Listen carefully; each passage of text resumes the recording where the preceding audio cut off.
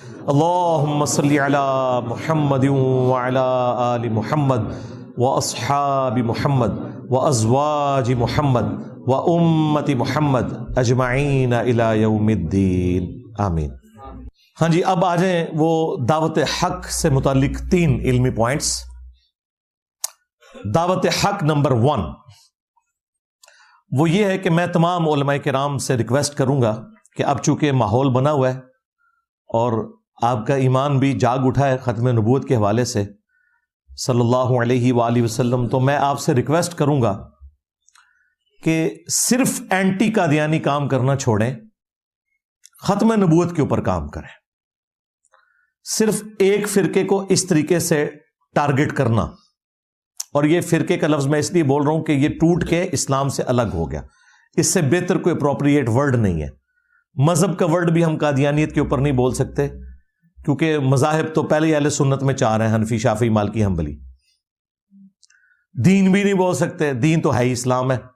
Appropriate word یہ ہے کہ قادیانی ایک فرقہ ہے جو اہل سنت حنفی مذہب سے الگ ہو کر کفر کی روش اختیار کر گیا، اور ان کی ہم نے تکفیر کی ختم نبوت کے حوالے سے صلی اللہ علیہ وآلہ وسلم۔ تو اب ان کے حوالے سے جو آپ کے اندر ایک جوش اور جذبہ جاگ اٹھا ہے تو اسے اب کیش کرنا چاہیے۔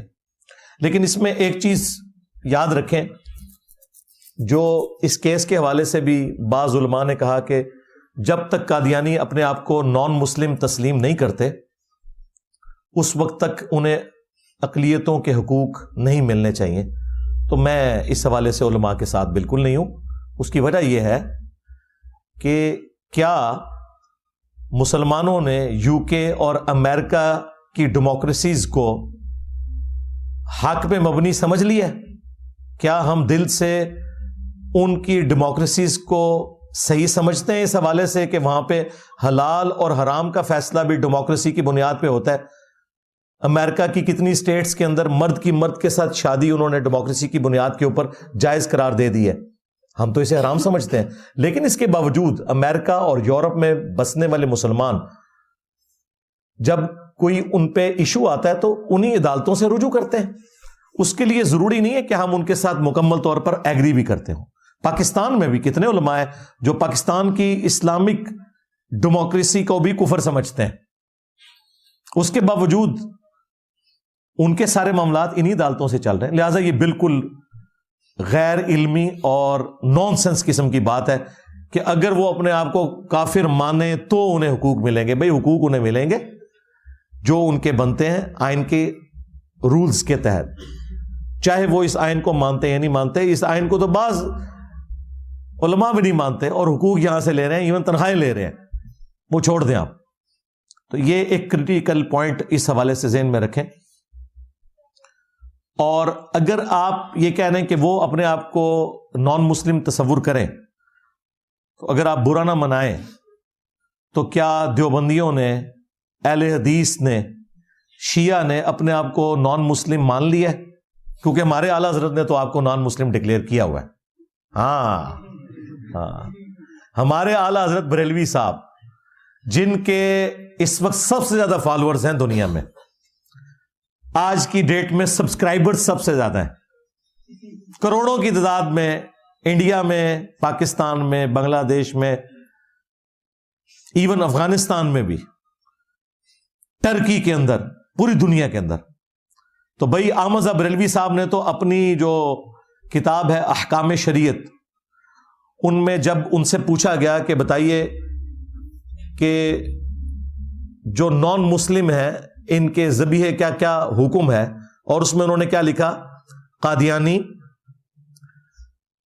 وہابی دیوبندی، وہابی اہل حدیث، شیعہ اور کرسچنز، ان کو بھی بیچ میں ذکر کیا، ان سب کو، اور نیچر میں ماننے والے لوگ، سر سید احمد خان کے، ان سب کے بارے میں کوشچن ہوا کہ بتائیے کہ اگر یہ لوگ اللہ کا نام لے کر کوئی ذبیحہ کریں تو حلال ہوگا کہ نہیں؟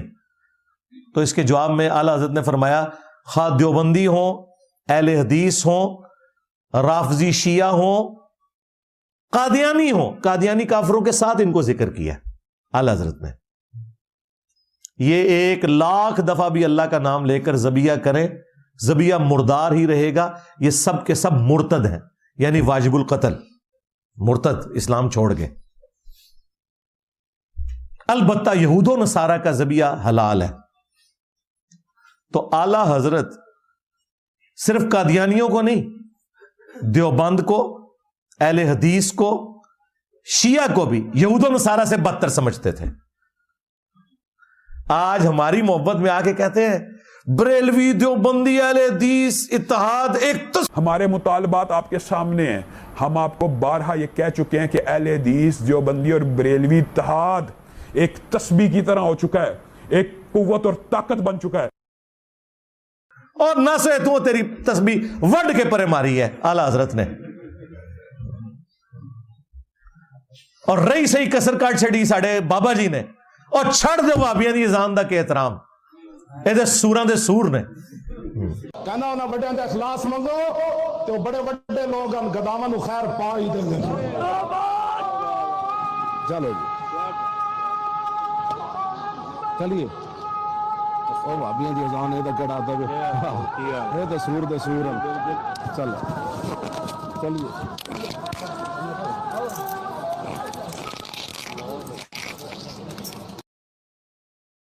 وہابیوں کی اذان کا کوئی احترام نہیں. یہ تو سور کمیونٹی میں بھی سور ہے. جس طرح پلانٹ ارتھ کے اوپر سب سے زیادہ یعنی بدترین مخلوق اس حوالے سے کہ وہ حرام ہے، ویسے یہ نہیں کہ آپ نے اسے قتل کرنا ہے، اس کو اللہ نے پیدا کیا، مقصد کے تحت پیدا کیا، اس کا گوشت کھانا حرام ہے. اس طرح سوروں کے اندر اگر کوئی سور ہو سکتا تھا نا تو وہ وہابی ہے اور حرام ہے. اور یہ نہ سمجھے کہ یہ خادم رضوی صاحب نے کوئی خود سے اصطلاح گھڑی ہے. خادم رضوی صاحب نے اپنے نام سے رضوی لگایا تھا. یہ رضوی پتہ کیوں لگاتے ہیں؟ اصل میں اس کی ٹرو پروننسیشن ہے رضوی. احمد رضا بریلوی کی نسبت سے رضوی لکھتے تھے. یہ رضوی جو لکھتے ہیں نا وہ ان کی وجہ سے.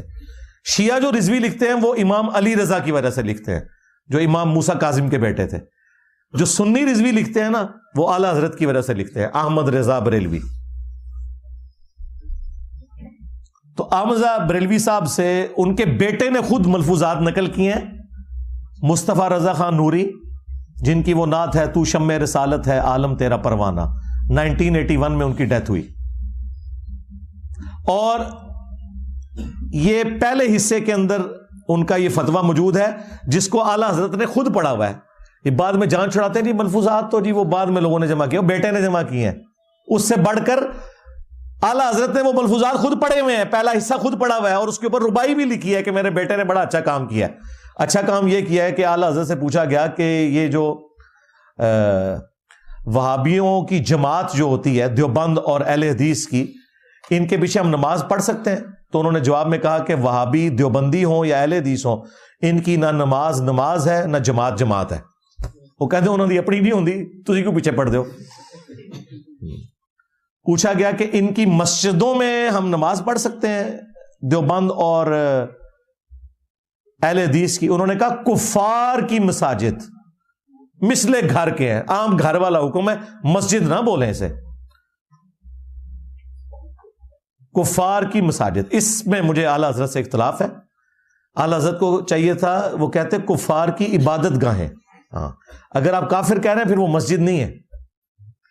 اعلیٰ حضرت کی بھی غلطی پکڑی میں نے، دیکھیں کفار کی مساجد. اور یہ اعلیٰ حضرت سے ہی سیکھا ہوا ہے ہم نے یہ ساری چلاکیاں. میں بھی 31 سال بریلوی رہا نا. ہاں وہ بھی کیا دن تھے، ہم بھی ایک جن تھے. آج ہم دیو ہیں، جنوں کے بھی پیو ہیں. ہاں دیو کے بھی پیو ہیں، دیوبند والا. تو یہ اعلیٰ حضرت سیکھا ہوا ہے. کفار کی مساجد نہیں اعلیٰ حضرت، نہ نہ نہ نہ نہ، کفار کی عبادت گاہیں مثل گھر کے. پھر پوچھا گیا اذان، انہوں نے کہا اذان بھی باطل ہے، جنہ دی نہ نماز نہ مسجد، تو انہوں دی اذان بھی باطل ہے. ہاں اللہ کے نام کے اوپر اور رسول اللہ کے نام کے اوپر عز و جل و صلی اللہ علیہ وآلہ وسلم کہہ لیں، بس یہ کر لیں، اذان کا بھی جواب دینے کی ضرورت نہیں ہے. لو جی یہ جو علماء کہہ رہے تھے نا جی قادیانی اپنے آپ کو اقلیت تسلیم کریں، اور اس میں ایک وہ گلے پھاڑنے والا لاہور کا مولوی ہے نا، وہ بار بار یہی پوائنٹ اٹھا رہا ہے کہ جی ہم تو انہیں حقوق دینے کے لیے تیار ہے. اور وہابیو تسی اپنے آپ کو کافر تسلیم کیتا اعلیٰ حضرت دے کہنے تھے؟ دسو حقوق تے تسی بھی لے رہے ہو. ہن دسو کہ اعلی حضرت نے تانوں کافر کیا ہے؟ اور مکاری کرتے تھے ٹی وی پہ آ کے. نیو ٹی وی کے اوپر میں نے پچھلے رمضان میں ان کے جو ہے نا وہ سارے پردے چاک کر کے رکھ دیے. جھوٹ بولنا بند کرو, سب ایک دوسرے کو کافر کہتے ہو. اسی گلے پھاڑنے والے مولوی کے ابے نے جو کچھ البریلویہ کتاب میں بکواسیات اور جھوٹ بند ہے احمد بریلوی کے اوپر, وہ تو میں نے کئی دفعہ دکھایا ہے. یہ سارے ایک دوسرے کو کافر ہی سمجھتے ہیں. تو اعلی حضرت نے دیوبندیوں کے بارے میں الگ سے بھی فتاوی دیے ہیں, حسام الحرمین, اور کتاب کا نام رکھا ہے حرمین کی تلوار. اور اس میں انہوں نے لکھا کہ جو علماء دیوبند کے کفر میں شک کرے وہ بھی کافر ہے, یعنی ساری پبلک بھی ان کی کافر ہے. اور سال لکھا یہ مرتد ہے, اور اس پہ اجماع ہے, کوئی گل نہیں چھڈی. اس کے جواب میں دیوبندی ہمارے میٹھے میٹھے بھائی کہتے ہیں جی ہم بڑے میٹھے ہیں, جی ہم بڑے سافٹ ہیں, اللہ نے ہمارے کافرین کو ایسا بنایا تھا.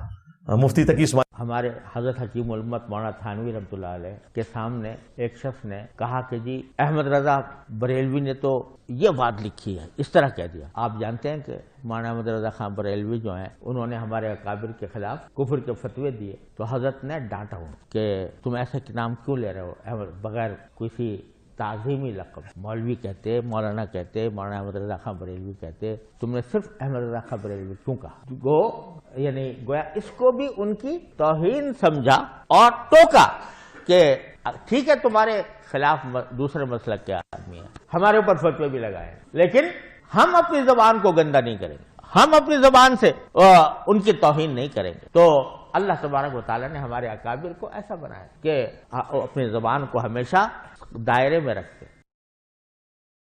تو میں نے بتایا آپ کے کافرین بھی ڈیم حسن, ہاں چھاڑ دو. اس کے جواب میں جن کافرین کی یہ تقی عثمانی تعریفیں کر رہے ہیں نا اشرف علی تھانوی, اس نے سائن کیے ہیں جوابی کتاب المحند علی المفند کے اوپر.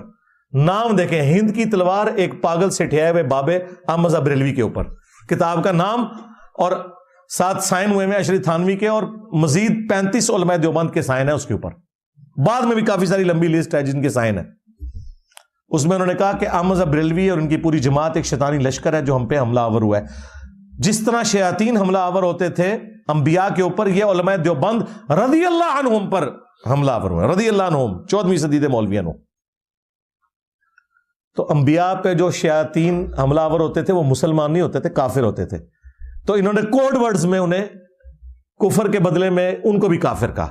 پھر آگے چل کے انہوں نے لکھا کہ وہابیوں کے بارے میں, اہل حدیث کے بارے میں, کہ یہ خارجی ہیں. خوارج کی ایک جماعت ہے, محمد بن عبد الوہاب اور ان کے ماننے والے, آج ریال انہی سے پکڑ کے کھا رہے ہیں. المحند میں خارجی لکھا ہے وہابیوں کو, اہل حدیث کو انہوں نے. تو آپ لوگوں نے بھی ایک دوسرے کو مسلمان کوئی نہیں کہا ہوا, ایک دوسرے کو کافر کہا ہوا اور تسلیم بھی نہیں کیا ہوا. پھر تو یہ والی ڈیمانڈ جو ہے غلط ہے, ورنہ تسی پھنس جاؤ گے. بل ہماری دعوت حق یہ ہے کہ یہ ختم نبوت کا جوش اب جو آپ کے اندر بیدار ہوا ہے, تو اس کا پازیٹیو کوئی ایفیکٹ نکلنا چاہیے کہ آپ کے بزرگوں نے جو کام ڈالا ہے اس امت کے ساتھ, ختم نبوت کے اوپر ڈاکے مارے ہیں جہاں جہاں, انہیں آپ ایکسپوز کریں, اور لگتے ہاتھ فتویٰ لگائیں ان بزرگوں کے اوپر بھی, ان کتابوں کی پرنٹنگ کے اوپر بھی پابندی لگنی چاہیے. یہ آپ ڈیمانڈ کریں تاکہ قادیانیوں کے ہاتھ آپ کا یہ کمزور پوائنٹ نہ چلا جائے, جو آپ سمجھتے ہیں کہ میری وجہ سے گیا ہے, مجھ سے پہلے انہوں نے یہ ساری چیزیں لکھی ہوئی ہیں. یہ ذہن میں رکھیے گا. غلام احمد قادیانی دجال نے جب ذلی نبی یا بروزی نبی ہونے کا دعویٰ کیا نا, تو آپ کیا سمجھتے ہیں اس نے ڈائریکٹ دعوی نبوت کیا ہوا ہے. اس میں اس نے کہا جی آپ اس کا مطلب نہیں سمجھ رہے. وہ اس نے کہا کہ میں جو ذلی نبی یا ذل محمد یا اپنے آپ کو نبی کا سایہ کہتا ہوں, تو قطعاً یہ نہیں کہ میں کوئی ان کی مسند پہ بیٹھا ہوا ہوں, میں ان کا امتی ہوں. یہ میرا ان سے روحانی تعلق ہے کہ ان کے مشن کو میں آگے لے کے چل رہا ہوں. چونکہ یہ نبیوں والا مشن ہے جو میرے سپرد ہوا ہے, اور مجھے رسول اللہ کی نبوت سے فیض ملا ہے, اس لیے میں اپنے آپ کو بروزی نبی یا ذلی نبی کہتا ہوں, ورنہ رسول اللہ تو خاتم النبیین ہے. لو سامو,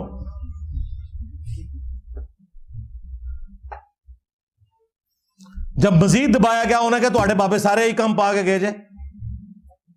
سب سے بڑا بابا ان کا بایزید بستامی, ابو یزید بستامی، یزید دا ابا 261 ہجری میں فوت ہوا ہے. ہمارا امام بھی 261 ہجری میں فوت ہوا ہے، امام مسلم.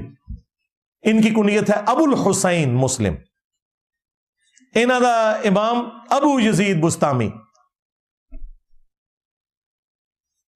ان کے بارے میں نے نہیں ان سے گن پوائنٹ پہ کہلوایا. یہ تذکرۃ الاولیاء کتاب جو دیوبند اور بریلوی دونوں پرنٹ کر رہے ہیں، اس کے حوالے دیوبندیوں کی فضائل اعمال میں موجود ہیں، بریلویوں کی فضائل سنت میں. پوری دنیا میں قصے کہانیوں کی سب سے بڑی ٹیکسٹ بک بابوں کی، صوفیاء کی تذکرۃ الاولیاء ہے. شیخ فرید الدین عطار 627 ہجری میں، آج چل رہا ہے، آج ہے 14 شعبان 1445 ہجری، 800 سال پہلے منگولوں نے اسے قتل کیا تھا. نگاہ نہیں مار سکا منگولوں کے آگے. اور آج اللہ نے منگولوں کی اولاد کو ہدایت دی ہے اور ان کے جو بابے ہیں نا ان کے اوپر مسلط کر دیا. کعبے کو مل گئے پاسباں صنم خانے سے.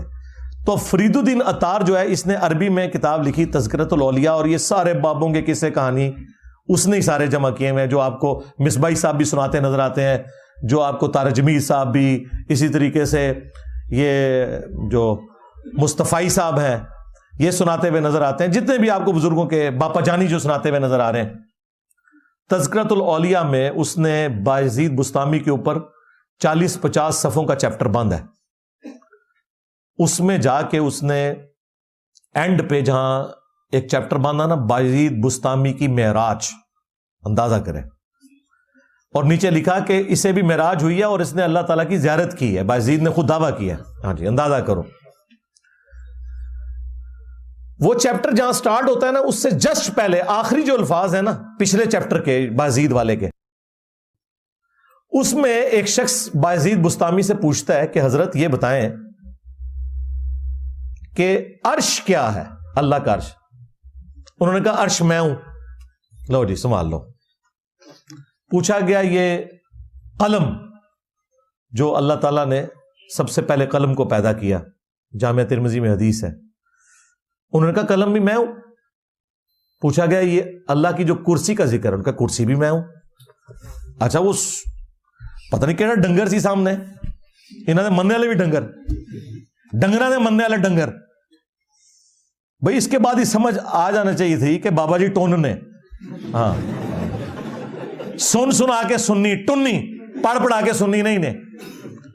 وہ کہتے ہیں حضرت یہ جو آپ اتنے بڑے بڑے دعوے کر رہے ہیں، تو آپ سے پہلے تو حضرت ابراہیم علیہ السلام، حضرت موسیٰ علیہ السلام اور محمد رسول اللہ صلی اللہ علیہ وآلہ وسلم اتنی بڑی بڑی ہستیاں ہو گزری ہیں، تو یہ آپ کس قسم کے دعوے کر رہے ہیں؟